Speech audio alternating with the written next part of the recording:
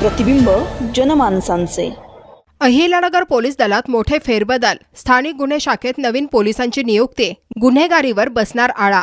अहिल्यानगर जिल्ह्यातील कायदा व सुव्यवस्था अधिक मजबूत करण्यासाठी आणि गुन्हेगारीवर प्रभावी आळा घालण्यासाठी पोलीस अधीक्षक मुम्मका सुदर्शन यांच्या अध्यक्षतेखाली पोलीस अंमलदारांच्या सन 2026च्या विनंती व प्रशासकीय बदल्यांचे आदेश जारी करण्यात आले आहेत। या बदल्यांमुळे पोलीस दलात नवचैतन्य निर्माण झाले आहे।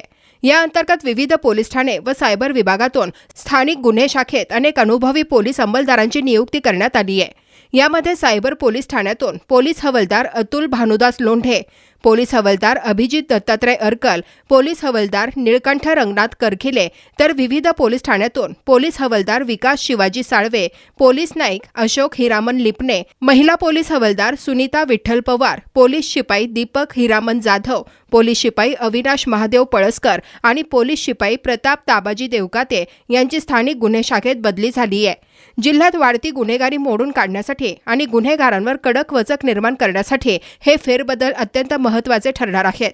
पोलीस अधीक्षक मुम्मका सुदर्शन यांच्या निर्णयामुळे अहिल्यानगर शहर व संपूर्ण जिल्ह्यात शांतता व सुव्यवस्था राखण्यास मोठी मदत होणार आहे।